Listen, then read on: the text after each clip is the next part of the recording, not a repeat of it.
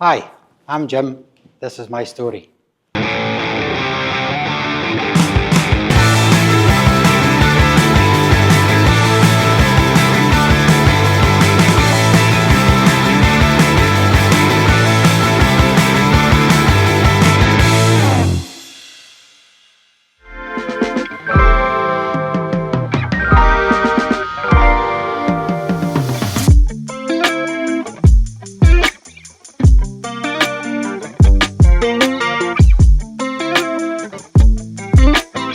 Or 5, depending on how you're feeling.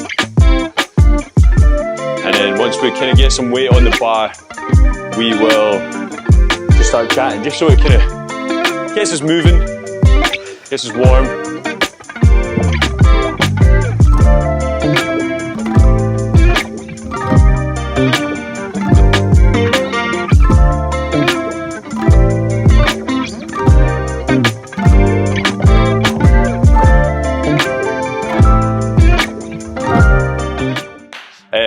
Give us a wee insight to who you are. I'm Jim Hamilton, not Jimmy. Not Jimmy. Hi, Jim Hamilton, small businessman. Right. Uses exercise to settle the head, you know. When did you first start embarking on your looking after yourself, exercising, like life? I didn't really start doing any real exercise till I was 44. Yep. I took up running. Yep. More as a stupid Christmas challenge. Boxing Day dinner, and I said to one of the family members, I said, well, I'll do New Year's Day hill race, Anachmore. Yeah. That's where they shot at me. So I went to New Year's night in the Neva Centre, and I took a sip of brandy. That was it. I wouldn't take any more. I got up in the morning and done the race, but that was it. Started there. So, yeah, committed at that point. Well, Why? Why did you decide at 44 years old to start exercising? I went through a bit of, let's just say, tough times there. And I was put on antidepressants and stuff. And I tried them for maybe a month and a half. I was zombified, more or less. Yeah. So I put them in a bin, and I thought, I can't do that. So I need to do other things. Kids were young, so. But that was life. You know? Yeah. So, embarked on your exercise, your new lifestyle at the age of 44. Age of 44, I took up running. Kicked the antidepressants. Kicked the antidepressants, started running, started the short and sharp, not so enjoyed. I wasn't so into that. I found it takes me between 3 and 5 miles to warm up, to get my breathing to settle. So then I started doing longer distances. So ended up doing what we've done. We've done 7 ultras, marathons. Your own personal opinion, just going back to the kicking the antidepressants, do you personally feel, not saying that this is going to be the same for everyone, but do you personally feel that once you started looking after your health and fitness and started exercising regularly, that was a better way of managing what was going on in your head at the time? Yeah, I think it does. People going about releasing endorphins and all this kind of stuff. I don't know about all that kind of thing. I feel it puts you in a better place. I think the sense of achievement, whether it be just because it was New Year's Day was the first race, but getting to the top, being able to enjoy the satisfaction that you can create. It doesn't matter about time. And it's an organic kind of thing as well. It's not like a synthetic high you're getting at that point. You're putting the effort in, you're feeling, you put the shift in. You're getting a result for what you put in. And that's, ever since then, that's all I said to you yesterday on about Cow Hill, completion. For me, any race I do now, if I can complete it, that's a target. Yeah. If I can complete it without walking, that's a very personal target. Time, irrelevant. Just finishing it. The speed will come. That personal challenge. If you keep training, the speed will come. Good. Right, what are you going to squat now?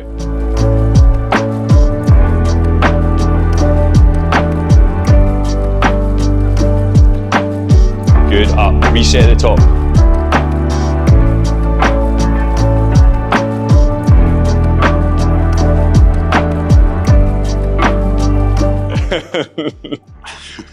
Right. That's a bit like that one I had the other day, 125. Unable to lift it. Right, So back to being 44, started exercising, embarked in a bit of a running career. What does training look like now at the age of 59. 59? Oh, sorry, 59 next month. Next month, nice. So what does training look like now? It's, well, about keeping fit and... We being who? Me, Pam, and, Yeah. and obviously You're a we come duo. with Tough Cookie and, you know. No, none of that plug-in stuff, just... But no, we come, it's good. One of the things I found, especially even at 44 right the way through, there's a camaraderie, doesn't matter. Yep. Doing things on your own, you're not going to train as well as what you do in a group or a training session, if you like, whether it be running club or gym or whatever. It tells me a story, which is you need to be around people. Yeah. So you can talk about these things while you're training, and you can run for miles, you can cycle for miles, and if you're chatting about life, you don't notice the miles. Yeah. I think that helps, you know. Good distraction, isn't it? Just touching upon the camaraderie thing, like, so Sean, you know Sean? Yeah. He can't exactly remember what it was he said, but it was along the lines of coming here was the stepping stone to meeting other people, like from the tri club and whatnot. And when he did that mini tri, he then had a newfound love for here, knowing that there's people that do want to go on the bike and go for a cycle and go for runs and whatnot. I think there's something to be said for like people that do stay isolated in a place like Fort William, where it can be quite a lonely place and dark and miserable at times. Well, when you've got long periods, I mean, in my taxi career, we used to see days, there'd be 50 odd days of rain. You know, and it's very demoralising, and it's not very encouraging to go out and run, cycle or otherwise. So, as I say, from 44 when I started doing things, then latterly in the early 50s, my 50th birthday, I said, right, I'm going to start doing Monroes and stuff like that as an alternative to running. So, or an additional, because as in hiking them. Yeah. Well, we've done and running some. We've run some anyway. We ran Ben Lomond and Ben Nevis and other things like that. But that's, I mean, quite often even now, although my heels and my pits and boards are sore, when I get to the top, I've always preferred coming down. So I always try to run down, which Pamela hates, but anyway. So, but that's what I'm saying. I prefer descending than I do climbing up, you know. Yeah. Well, what's interesting, I just want you to summarise the answer in kind of like bullet points if you can. 44, started running. What was the evolution of your training thereafter? Like types of training? Well, I went from just going to club or doing short races like that to training for first marathon was in Dublin, 2011. So I've done that, then I've done Ben Race, done the Larrigou, various different lengths of the Dublin's 26, Larrigou's 29. Then we went on to Devil Highland, which is 43. You know, so the Ben's 8 or 9 miles, but tough 8 or 9 climbing. So I've been doing them among other races because we used to go around, you know, like over to Arran and lots of other wee places to do races, and I enjoyed that, getting out and being able to do a lot of the races. Yeah. But then moving on from that, obviously, as you're getting older and maybe starting too late or not training properly, all these kind of things, and you get injuries like knees, heels, all this kind of stuff. So you find an alternative, which with the Monroe bagging and that kind of come into it. So, and still enjoy that, still do that. But I'm a fair weather. I don't like going out and you don't get a view at the top. I'd much rather go out for a... Yeah, you want that reward at the end, not just the emotional reward, you want the beautiful views. What we tend to do now is if it's a crap day or we're out, we'll go and find a bothy. We'll do a bothy that's lower level. So we'll walk to a bothy, have our lunch and then walk back. Yep. Could be 10 miles, could be 5 miles, could be 20 miles, but you still get a result. So running to marathons, to hill running, to Monroe bagging, to bothy finding, to High Rocks. High Rocks. Well, so where are we at now? Well, I've done the first High Rocks in March this year, 24. Yep. So the aim is to do Valencia in 23rd of November, if the shoulder permits, and then try and train for a single High Rocks in March. Yep. At the age of, what will you be in March? 59 then? 59 then. 59, embarking on your first male single High Rocks, hopefully. Yeah, that's the plan. That's the plan. Good man. Right. Are you going to do this or will I? I'll do it, it's fine. Right, here we go.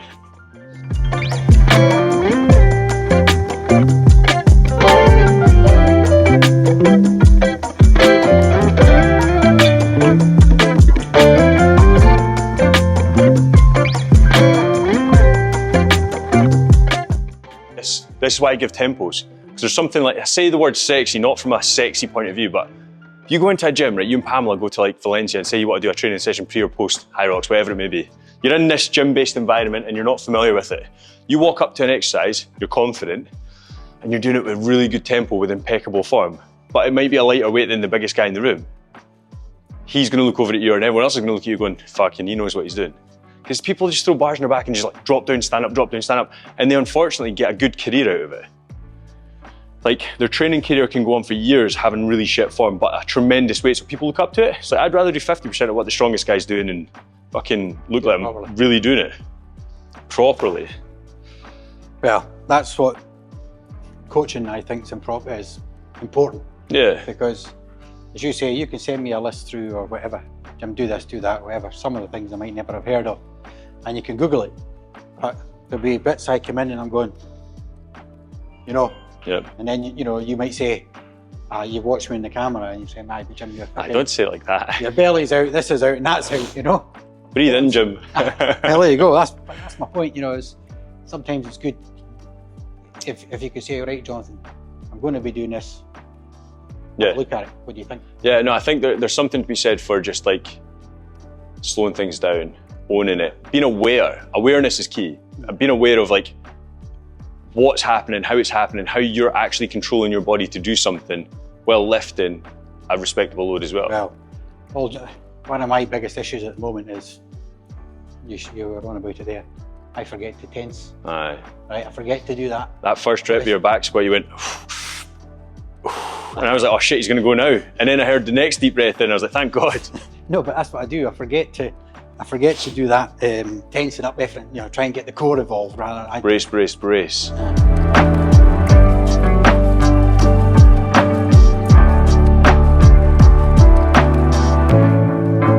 time, because obviously the clock's running. But the bottom line is, you're only competing against you. Yeah. That's a good thing about High Rocks, because you start and you finish and it's your own personal time at that point. Oh, absolutely, completion. My first year, there was a lady that had her hand tied to another guy. And I was running behind them and I was like, what the fuck's going on here? Turns out she was blind. And that was her coach. So he was just like pulling her about, well, not pulling her about the place, but like leading her around the whole thing. And like, at that point I was like, this is fucking so inclusive. Yeah. And I think like if more people seen that aren't embarking on their current health and fitness journey, they're going to be like, do you know what? I should really start something. It's funny, we were sitting in the airport coming back there from Lanzarote. There's a woman sat across from me and I had my High Rocks Glasgow top on. Yeah. She goes, that's what I want to do. I know. And I'm going, she was toned as anything. Was she? And she says, oh, that's what I'm working towards. She says, I says, you'll love it. Yeah. You know, I says, at the end of the day, it's so inclusive. But some people have said that Glasgow was far better than Malaga. A few people have said that here as well. So you need to try somewhere else to see what it's like. Mm-hmm. So, but I think it comes down to the organisation of the event in Glasgow compared to like from what I've heard. Right, next question before we get into this, last set. Tell me what has been the toughest part of your health and fitness journey. So since turning 44 to now, do you remember any kind of key points of like that were a really big struggle, and what did you do to get through that? I think accepting the fact that I can't do the distance, I can't run the way I used to enjoy it. I can't. That's for me. You start planning, well, what am I going to do? You know, I mean, that's nearly 4 years now. I damaged my heel coming off of Ben Lomond, my lace opened it. And instead of stopping and dying, I kept running. But within 20 minutes at the end of the race, I could hardly walk on my heel. And it's as if the Achilles had pulled away from my heel bone. Fuck. And you know, I've been around various people and to try and resolve it. I reckon it could possibly be a form of plantar fasciitis or whatever, but I can go out, I'll go out with Pamela and run 3 or 4 miles. The next 3 or 4 days, I'm hobbling. Yeah. Well, I think I've learned to live with it, but accepting the fact that when we go on the hill or when we cross over the West Highland Way, I say, I remember I used to be able to run this. yeah, dealing with that. So how do you overcome that? You do what you can do Yeah. and realise that we're still doing more than what a lot of people are not. It's a funny transition because I was saying to, I don't know if it was you the other day, but I'm still like young at 30 and I'm thinking like, I don't want to do these fun races at weekends because I'm like, in the back of my head, I'm kind of like, you'll fucking go win this. But I know I'm not going to be able to go win anything. I'm not a runner, like, so why I think that, but doing it and completing it in a time that you're happy with is a win. Yeah, no, for sure. Yeah, doing it, that is the win. You mentioned Sean earlier, and it's one I went out a couple of runs with Sean, and I said, look, as important as anything is to try set yourself a target of, well, running A to B. But it says then try and run without walking. Yeah, just small steps. Yeah, small steps. I says after that, speed will come. Yep. Honestly, it will come because everything settles down quicker. He done well at his 10k as well. He didn't walk once. Ah, good, brilliant. Didn't walk once. So again, yeah, it's just like the internal challenges you set yourself to make sure you're making progress. Well, you asked me there, what was the biggest struggle? The biggest struggle for me, people's anticipation of what you may or may not be able to do. Mm. They're not you. Mm. So only you know that. So you have to go out there. I remember going to races and you'd be setting targets on people and you think, it was usually about them. But then you realise, they're 10 years younger than me. It's an individual effort at that point. But I still try and do the Winter League every year. And basically all I want to do is complete. I'm not going to break any records or any whatever. It's just, I'm still running. Yeah, and that's the main thing. Still doing something. Right, last it.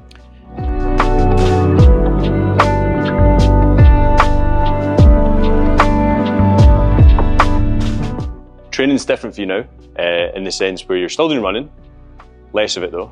A lot less. But we're now looking at resistance training. How has that journey been so far? It's been good.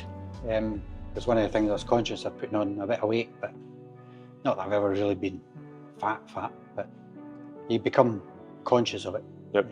And mindful that you're getting older, so it's getting harder to shift it. But no, I came because Pam comes, and then the High Rocks, I really enjoyed that. I thought that was brilliant, so I thought stick with it. So I'm enjoying it. So.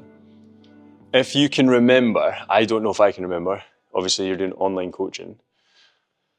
You've made some pretty good PBs in the last 6-7 months. From the start of the challenge when we first started working together, some decent weight loss. And then after that, we went fully online, working on a kind of one-to-one basis online, testing, retesting. Yeah. Give us a rundown of how that's been for you. It's been. I was going. I think my own personal feeling is that I was going well. And then I agree. I got unwell. I don't. To this day, I still don't know what it was, but I couldn't eat. I was constantly feeling sick. I lost quite a bit of weight then, but I didn't just lose weight. What worried me more, I actually lost energy. I couldn't do anything. And I thought, Jesus. But then coming back, I feel, I used to be able to do that. I can't do that. And it seems to, you can lose it quicker than what you can make it. Yeah, you'll think that. But I mean, like, you did get unwell and you did lose a lot of weight, which was unintentional, but we've kind of put that weight back on. And we change things, because what I do as a coach is I don't like if there's things like that happening throughout your journey.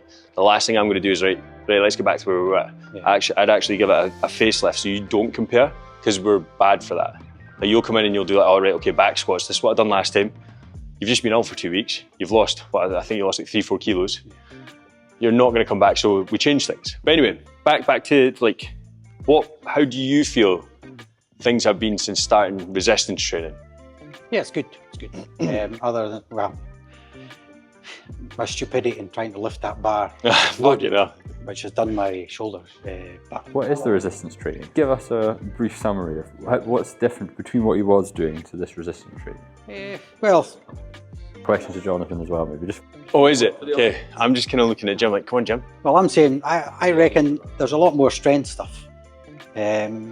But then again, if you're looking around the high rock system, you're mixing it up, so you're getting kind of different areas of strength work that you're doing, and then it includes a wee bit of running. But from that point of view, I think that's great, because I think the strength work will help with running. Yeah. You know. Yep. So That's huge. A wee bit off topic, I'll get back to Callum's question in a wee second. But the amount of runners I work with now, like from the Tri Club or LAC, like they have been doing their own research into resistance training, i.e. looking at strength-based lifting, squatting, deadlifting, and how that can have a better carryover into their running performance. Yeah.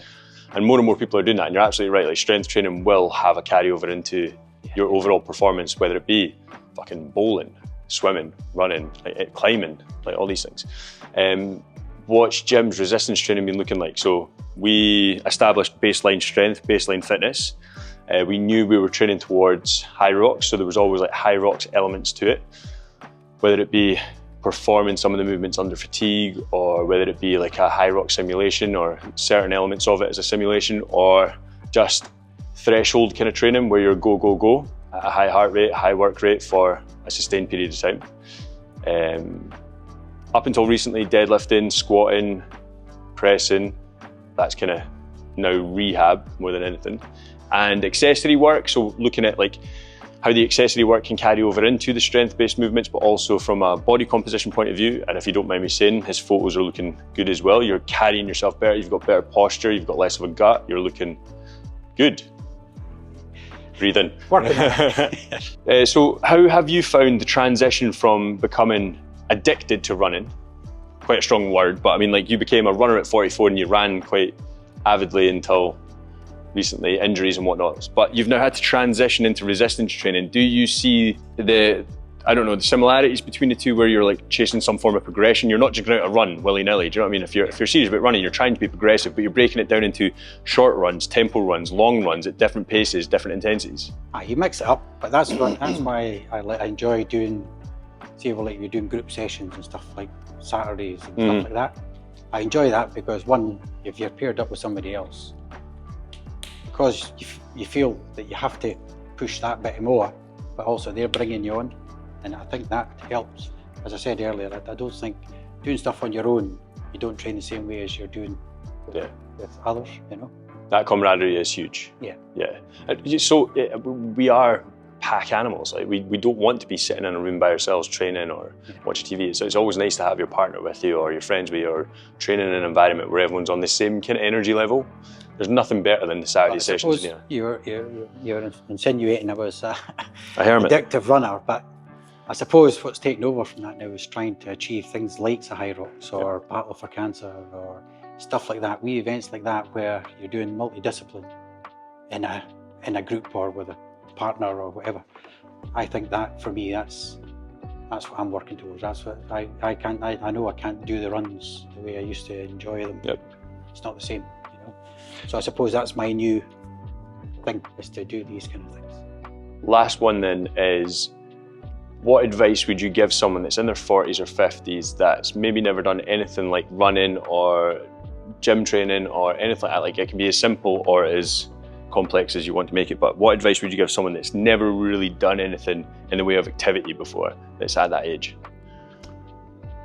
To get up, go out, phone a friend that's maybe bored out their brains as well, and go out and do things. Doesn't matter, start off walking, whether it be around the canal, and then build it up, and before you know it, the outdoors is a fantastic antidote to depression or even just clearing your head. Yep, thinking stress. things through. I mean, it's years. I'm 39 years, 38 years self-employed. And self-employed people never stop thinking. You know, you can be on the rowing machine, wondering, right, what am I going to do tomorrow for this? You know, that's the kind of thing for me. My thing was, when I used to drive people to Glasgow or Edinburgh, I did more thinking when I was driving about what I'm doing tomorrow. Good more thinking or bad more thinking? Good. Yeah. That was my to-do list. Yeah. But it's all no more distractions. You're in the car by yourself. Yeah, I quite like that. Absolutely. Yeah, nice. So your advice would be just get up, start small, and go do it. Yeah, build up and do it with something that you enjoy. It could be walking, running, It could be paddling on a canoe. Find things that you enjoy, because once you're doing something you enjoy, it's not as hard on you as doing something that you hate. Yeah. You know? Right. And that for me was running. But, I'm Started off as running. Yeah. Now it's lifting weights. Yeah. Well, Now, not yeah, not 40s. not yet. No. Your life is now standing in front of the mirror, giving it the double bicep shot. Oh no. My life is Pamela's been telling me you Oh, posed actually, that. do it all she likes. It's good though. It's good, especially when you've got that community side to it as well. Yeah. Everyone's rooting for each other. There's nothing nicer and better and more energetic than that. There's nothing like, I can't speak for all gyms, but my own experience being in gyms is sometimes 40% of the time it's an individual effort and there isn't much of a community. But like there's gyms that I've been to where like you go in and some random person is going to be patting you on the back or cheering you on, and I think if you get into the right gym, into the right environment, like there's nothing stopping you at that point, because it's not just you trying to make progress, everyone else is wanting you to make progress. Yeah, absolutely. And the bottom line is, if you are having a shit day, you can always go to the gym and you can spur somebody else on, and that has its payback in the sense of, Yep. done something good today. Jonathan was doing shit with his 40 kgs, but he's done it. Let's move on. Okay, lunges.